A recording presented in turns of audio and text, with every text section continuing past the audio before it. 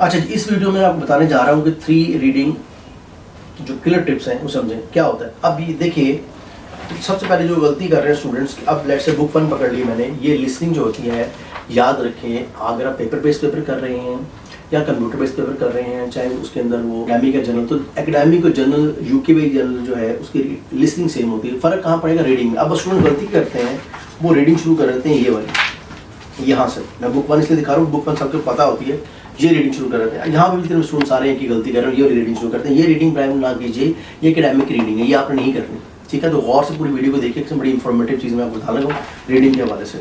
आपने कौन सी रीडिंग करनी है? आपने करनी है ये वाली रीडिंग, जो कि पेज नंबर है, मैं बुक 1 पकड़ी हुई है 94 पेज के ऊपर, ये वाली करनी है आपने, दिस बुक, ठीक है। तो यहाँ से करनी है। अच्छा, यहाँ पे भी क्या है, कौन से क्वेश्चन आपने पहले करने हैं, कौन सा नहीं, ठीक है। तो भी आप समझाता हूँ। 3 जो इंपॉर्टेंट चीज़ आपको बता लगा वो है रीडिंग के हवाले से, ब्रेनस्टॉर्मिंग, स्किमिंग एंड स्कैनिंग। अब ये ब्रेनस्टॉर्मिंग क्या होती है, स्किमिंग क्या होती है, स्कैनिंग होती है, इसको समझें। ब्रेनस्टॉर्मिंग क्या होती है, लेट्स से यहाँ पे क्वेश्चन है, क्योंकि जो बुक है इसके अंदर पहली वाली जो पिक्चर्स हैं, ये वाली तो ब्रेनस्टॉर्मिंग करने की जरूरत नहीं है, तो और पिक्चर हमने मैच करनी है इसके साथ। ये जो क्वेश्चंस हैं इसको हमने अंडरलाइन करना होता है।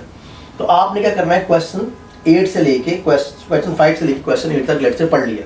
अब यहाँ पे अगर क्वेश्चन 5 से 8 तक पढ़ लें तो यहाँ पे जो कीवर्ड्स हैं, जैसे यहाँ पे है what sort of water you advise to use, advise to use और वाटर, ये इसका कीवर्ड है। तो आप एक पेंसिल रखें, हाईलाइटर रख सकते हैं, इसको आप अंडरलाइन करते जाएं। मैं क्वेश्चन क्या कर रहा हूँ, क्वेश्चन 5 से 8 तक पढ़ रहा हूँ, तो उससे फायदा आपको क्या होगा, क्वेश्चन 5 से 8 तक पढ़ने में आप इसके जो कीवर्ड्स हैं अंडरलाइन कर लेंगे, समझ आ रहा है। ये कहते हैं ब्रेनस्टॉर्म। आपने 4 से 5 क्वेश्चन जो पढ़े थे ब्रेनस्टॉर्म किया, कीवर्ड्स उनके, और उसको जब हम जाके ढूंढेंगे, this called skimming and scanning. अब होगा क्या, अब होगा ये हम सिलेक्ट वर्ड ढूंढ के आपको दिखाते हैं।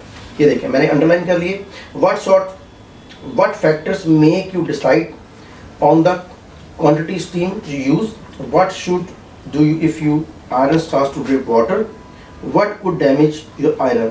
तो आपने करना है, जहाँ पे कीवर्ड मिलेगा आपको इस पैराग्राफ के अंदर, जो पैराग्राफ लिखे हुए उसके ऊपर की 2 से 3 लाइनें पढ़नी, नीचे की 2 से 3 लाइनें पढ़नी, जो कीवर्ड जरूरी नहीं सेम मिले आपको, रेलिवेंट वर्ड। जैसे अभी हमने करा रहे थे, तो अगर वो कहते हैं are you hard worker person, जरूरी नहीं वो हार्ड वर्कर वर्ड यूज़ करे, वो एंथुसियास्टिक वर्कहॉलिक इस्तेमाल कर सकता है। फ्री टाइम की जगह हम यूज़ करते हैं layer activities, are you optimistic person, pessimistic person. तो ऑलवेज यूज, कैम्ब्रिज का जो पैटर्न है वो ये है, they always use the relevant word, not the same word. जैसे अभी लिसनिंग एक आई थी, the woman sitting in hotel wearing a beautiful shirt, लेकिन रिकॉर्डिंग चली तो उसमें था women sitting in a restaurant having awesome top, समझा गया। तो वो उस रेलिवेंट वर्ड यूज़ करते हैं। तो यहाँ पे भी रीडिंग में भी ऐसे ही है। इस तरह एक और आपको बता दूँ कि हमारे पास जो क्वेश्चन था वो स्टनिंग था, उस पर लिखा होता क्वेश्चन स्टनिंग, लेकिन जो पैराग्राफ था उस पर एक्स्ट्राऑर्डिनरी लिखा होता। स्टनिंग और एक्स्ट्राऑर्डिनरी, ऑसम, फैबुलस एक जैसे वर्ड्स हैं वाले।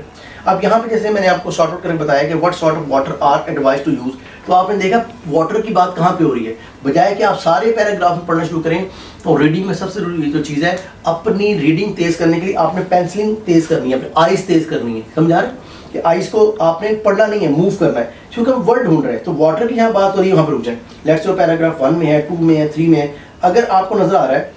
अब फायदा क्या हुआ, लोग कहते हैं ब्रेनस्टॉर्मिंग का। अब हमने ये देखें, हमने चूंकि 4 से 5 क्वेश्चन पढ़े हैं, अब उसका फायदा क्या है, 4 से 5 क्वेश्चन पढ़े में, तो पता है कि अगर ये वाटर का क्वेश्चन का नहीं मिलेगा आंसर में भी ये मिल जाए। वैसे तो सीक्वेंस में आंसर होते हैं, लेकिन हो सकता है वाटर का आंसर ना मिले तो आपको नीचे वाले क्वेश्चन का आंसर मिल जाए। तो इसी होता है फायदा कि आप अगले क्वेश्चन का आंसर पकड़ सकते हैं। तो यहाँ पे उसने कहा कौन सा वाटर यूज करेंगे, तो यहाँ देखें लिखा हुआ डिस्टिल्ड वाटर। तो आप डिस्टिल्ड वाटर को यहाँ फौरी तौर पर जाके ये देखें, आपने अंडरलाइन कर दिया। डिस्टिल्ड वाटर को जैसे आपने अंडरलाइन किया तो आपको समझ आ गई कि ये कहाँ पे फॉल कर रहा है। तो आपको यहाँ पे लिख सकते हैं, इसका क्या लिखा हुआ था, आंसर फॉलोइंग क्वेश्चन, मोरेक्स आयरन के बारे, नो मोर देन 3 वर्ड। हाँ, ये बड़ा इंपॉर्टेंट है, जब वो लिखा हो कि नो मोर देन 3 वर्ड, तो आपने 3 वर्ड से ज़्यादा आंसर, चाहे आपका क्वेश्चन ठीक हो ना तब भी वो क्रॉस कर देगा।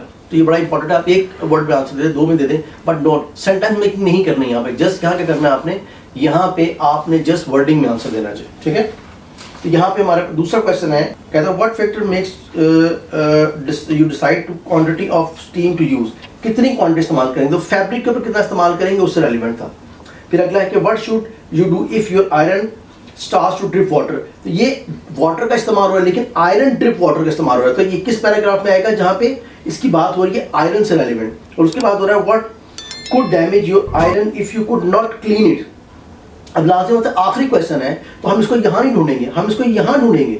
आपके ये वाटर की बात तो यहाँ पे भी हो रही थी, तो इज वेरी इंपॉर्टेंट भाई, वाटर की बात यहाँ भी हो रही थी, लेकिन ये आखिरी क्वेश्चन है, try to find over these, ये सीक्वेंस में होते हैं सारे। तो ये बड़ी इंपॉर्टेंट चीज़ें मैंने बताई आज आपको। इसमें आपको ब्रेन स्टॉर्मिंग समझाया, आपको मैंने स्किमिंग समझाया और स्कैनिंग समझाया। तो जो कीवर्ड आपको मिल गया और आपने उस जागो वर्ड को मार्क किया और ऊपर के 2 लाइनें पढ़ी, नीचे की 2 लाइनें पढ़ी, you will get the answer that. No doubt के सबसे ज़्यादा प्रॉब्लम हमारे पास भी आ रही है और बहुत से स्टूडेंट हम पढ़ा रहे हैं, क्योंकि पाकिस्तान में पढ़ा रहे हैं, इंडिया में पढ़ा रहे हैं, यूएई में पढ़ा रहे हैं, तो मोस्टली जो प्रॉब्लम आ रही हैं नो डाउट को रीडिंग में आ रही हैं।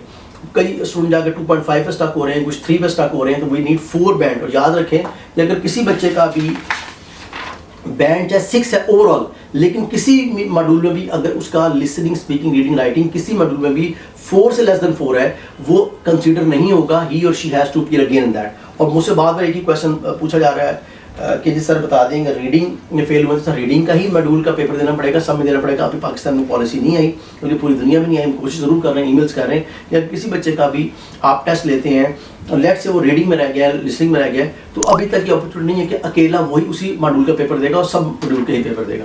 ठीक है जी, तो ये आपकी बड़ी इंपॉर्टेंट जो टिप्स थी मैंने दी हैं आपको। I hope so you enjoy that. If you want कि मोर हम इस तरह की वीडियोस बनाएं तो please share our channel as well. Share भी करें, कमेंट भी करें, लाइक भी करें और लोगों में शेयर करें, सब्सक्राइब जरूर करें। Thank you for today.